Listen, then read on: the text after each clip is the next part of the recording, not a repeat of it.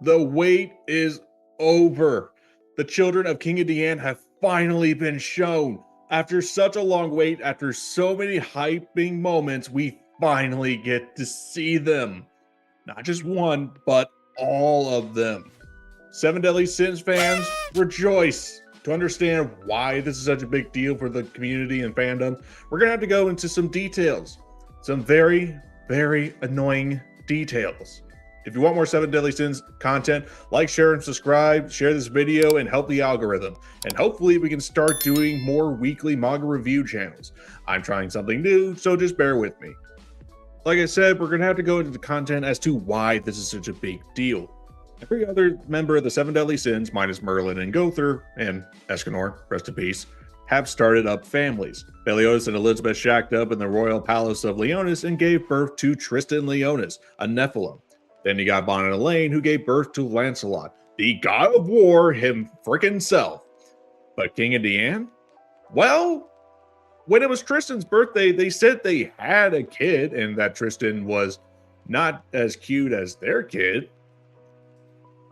Then, after such a long wait, we also found out that Deanne didn't have one kid, she had multiple children, plural.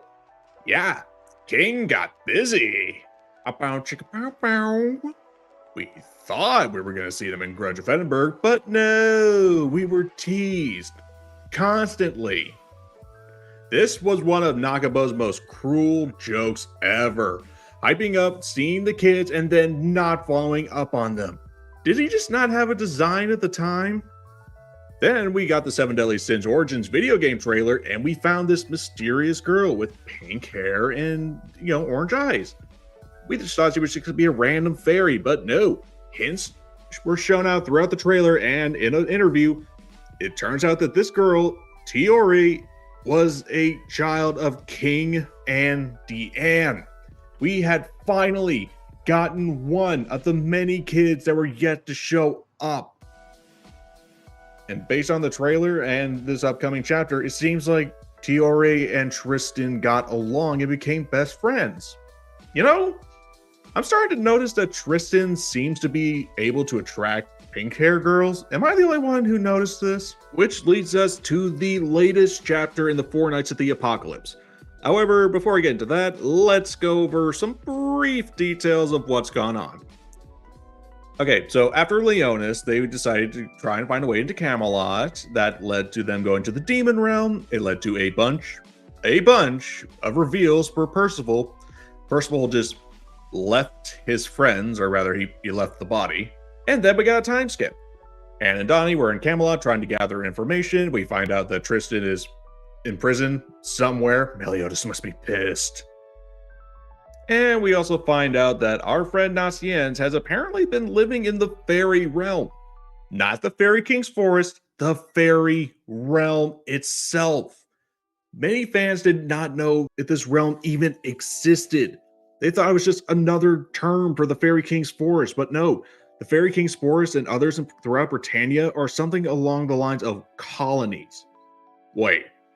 So it's okay for the fairies to do it, but not the goddess clan or the demon clan? What? What's up with that?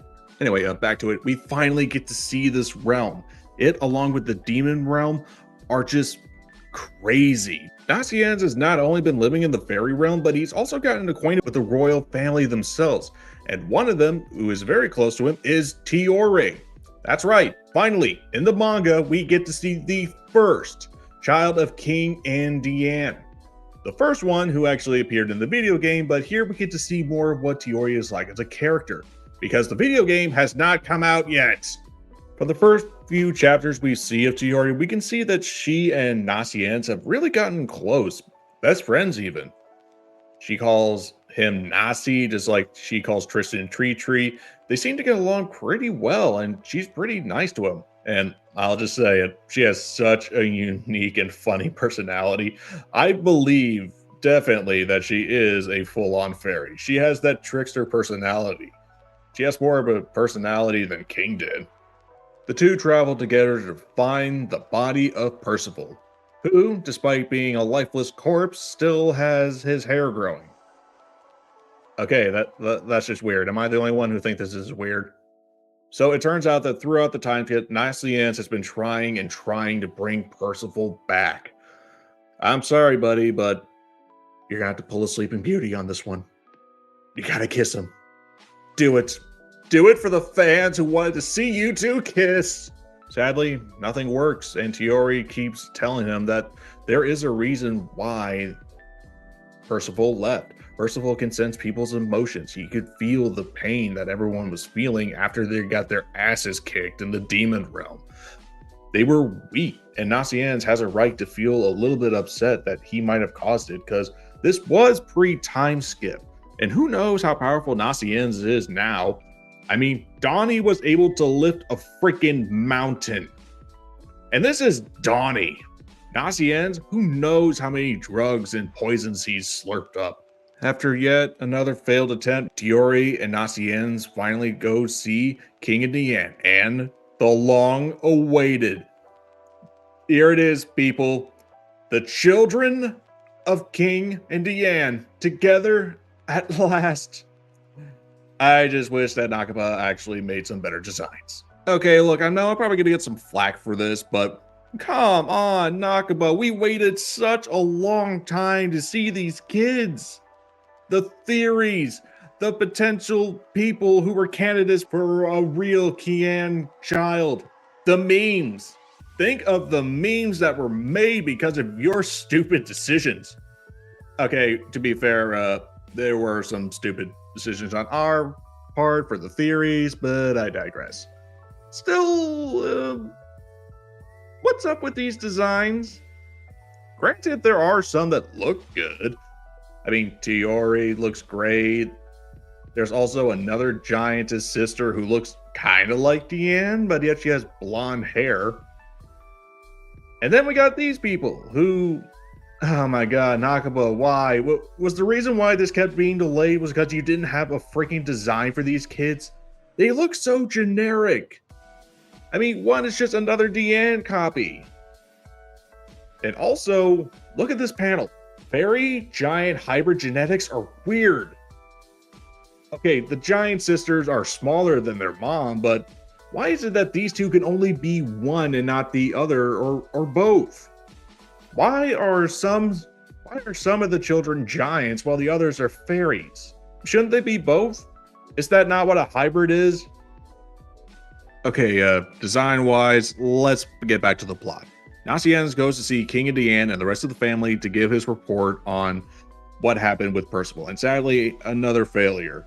However, they want to cheer him up, and it's here that we see that Naciens has been here for so long, he's practically part of the family. King and Diane are worried about his health, and just more than just being, good hosts, they're treating Naciens like their kid. Are the theories true? Are they true? Please let them be true. And then we got this. The firstborn son, I think, named... I'm sorry, but this name is so stupid. Sorry, but I just... Myrtle. This guy's name is Myrtle. Oh no, Myrtle. Like, I know it's a plant and all, but... Myrtle. Oh god, that name, I'm sorry. It just does not go with this guy. Look at his face. Oh, I'm sorry. Oh, I had to get that out of my system. Okay, back to it. Myrtle. Seriously, Nakaba, you couldn't have done Galahad? That was a prime candidate for a child of King and Diane. The guy was half giant and his mother was, a giantess and a king. Oh, why Myrtle? Why? Oh my god, this is so dumb. Anyway, Myrtle, okay, don't laugh. The firstborn son of King and Diane does show that he has a prejudice, and I get it. Throughout the course of history, humans have actually been very antagonistic to the fairies and giants. I mean, just look at the history that we got from the first 7 Deadly Sins series. Fairies have been poached and hunted by humans. Their bodies, while dead, are still preserved and kept on the black market. They were hunted down for their wings for who knows whatever reason. And human bandits have been trying to raid the Fairy King's forest for the Fountain of Eternal Youth for a long, long time, which is how Bond met Elaine. And then we got the giants. Giants are a warrior based culture, and because humans are always going into war with one another, they hire giants as mercenaries, which is what Deanne and Matrona were back in the heyday. And the Kingdom of Leonis, prior to Deanne becoming a member of the Seven Deadly Sins, hired these two to help fight their wars. Humans pit giants against one another. The giant clan became endangered because humans were pitting giants against one another. They were paying for their services, but still, they were slowly killing off the giants. And at one point, Leonis even tried to kill Deanne and Matrona. That's how Deanne got her sin, her accused sin of envy, because of some douchebags from Leonis. Not to mention all the other stuff that happened later on, such as, Helbram being revived by a human and used like a fairy marionette puppet. Oh my god, that was dark. So yeah, it is understandable why the fairy clan of all clans has a great antagonistic prejudice against humans. Because they are justified, and it's clear to see why. The family meeting was interrupted by a bunch of fairies who said that they found a changeling. For those who don't know, a changeling is when a fairy baby and a human baby are swapped out just because of some mischievous little shit. Because when you look at this and realize Nasian's backstory being a fairy abandoned at another fairy forest in Britannia, this hurts because this means that Nasian wasn't just abandoned at birth, he was swapped out. Nasian was possibly swapped out with a fairy baby because of some little shit-ass changeling like this douche, who is captured by Myrtle and is about to be dealt a finishing blow. However, Nasian prevents the execution, but then some more tension build up, with Myrtle saying that this is fairy business and that he should stay out of it. And the chapter ends with the possibility of a fight. We are probably going to see the full potential of King Deanne's firstborn child. A giant and fairy hybrid using their powers at the same time. I cannot wait to see what this kid can do, despite having a dumb name like Myrtle.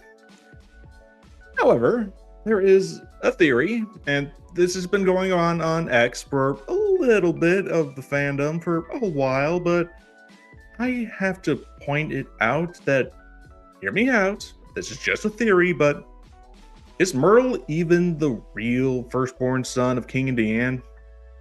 Look at this guy. Okay, not just the face that makes it look like he's supposed to be like Anne's brother, because look at the father. We find out about the changelings. They swap out fairy babies and human babies.